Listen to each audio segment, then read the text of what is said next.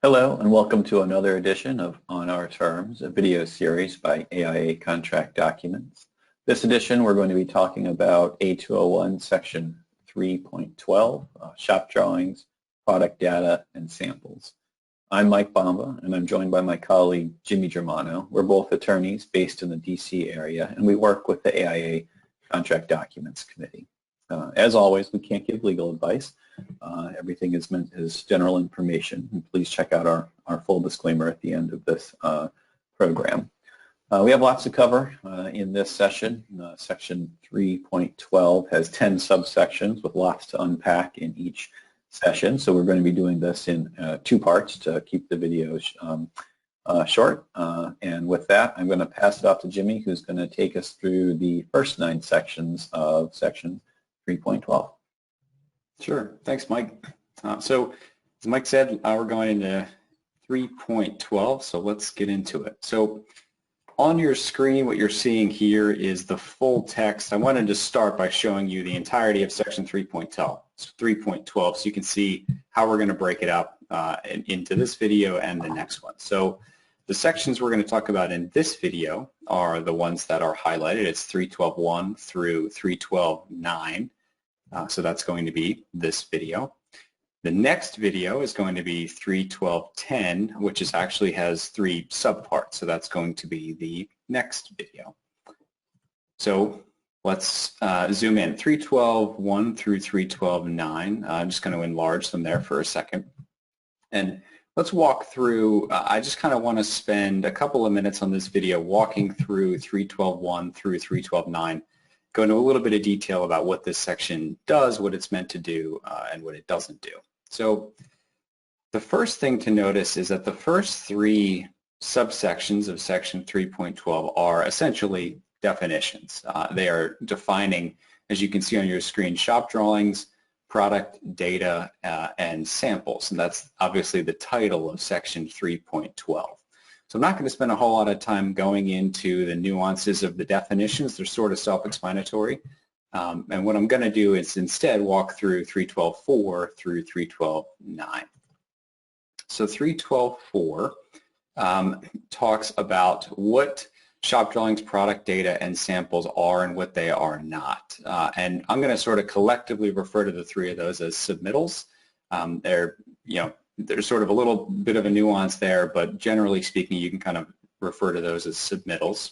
So submittals are not contract documents. And the principal reason that they're not contract documents is that the submittals are not prepared by the architect or another design professional engaged by the owner, and the owner therefore does not take any responsibility for their accuracy or completeness. Instead, submittals are typically furnished by the contractor to illustrate how the contractor proposes to comply with the requirements set forth in the contract documents.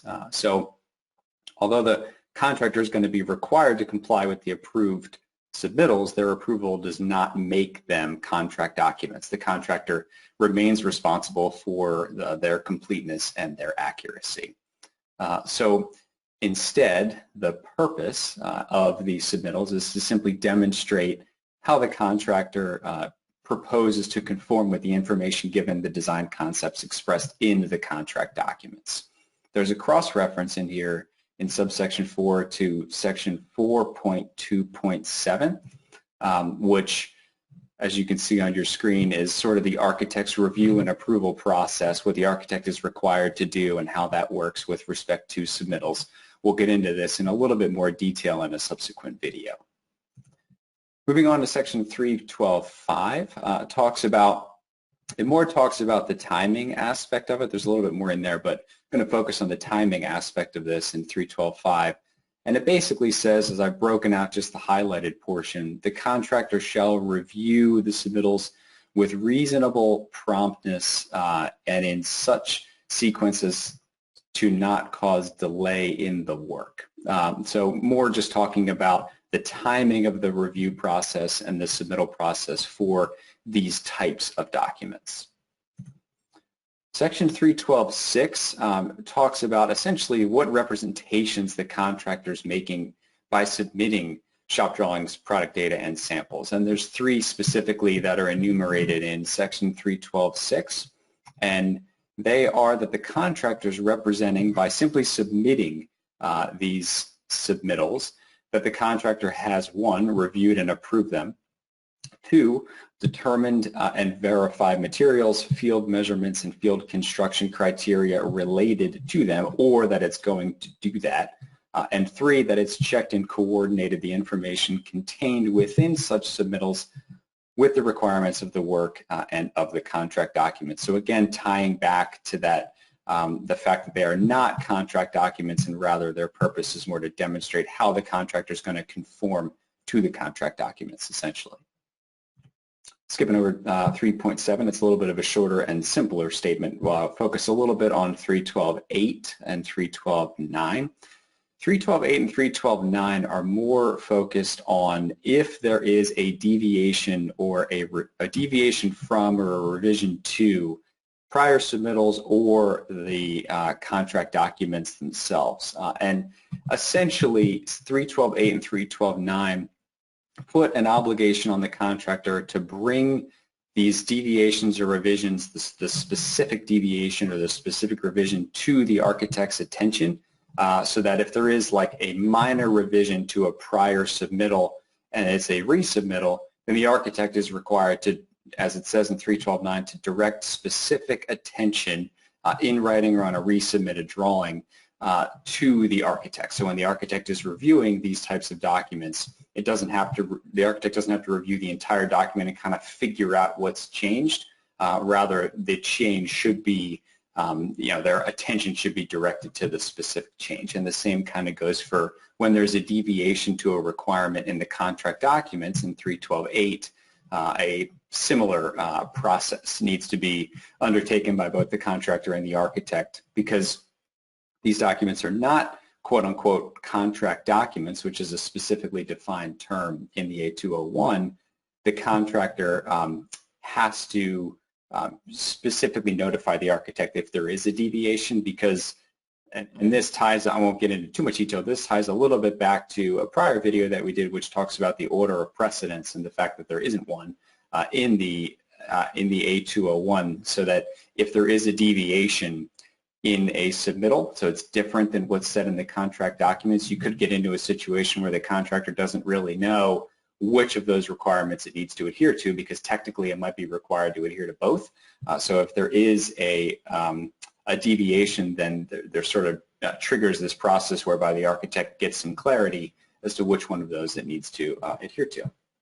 So that is a 100-mile-an-hour trip through section 3.12, subsections 1 through 9, and then we'll get into section 3.12.10 in a subsequent video. But with that, I'll turn it back over to Mike to tell me if I missed anything. Mike? No, great job, Jimmy. Thank you. And as Jimmy mentioned, we're going to cover the rest of 3.12 in a subsequent video. We'll be talking about delegated design.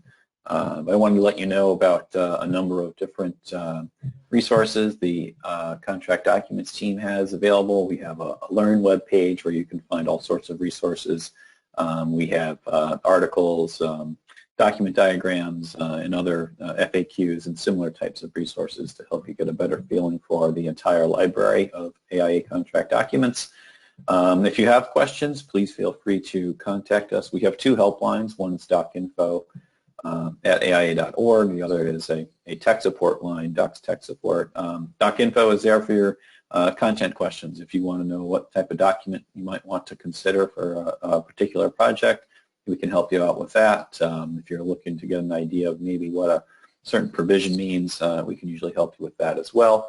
Doc's Tech Support is there for if you've got questions about the delivery system, the online products, or how you actually get the documents and things like that, so, and how that all works. So, please feel free to contact us. Again, we can't provide legal advice, and nothing in this program was intended to be as such. If you have a specific issue regarding a specific project, your best bet and the most appropriate course of action is to contact a local attorney. they can help you with your specific legal problems. But with that, we will wrap this up, and we'll hopefully see you again on the next video in our series. Thank you. Thanks, Mike.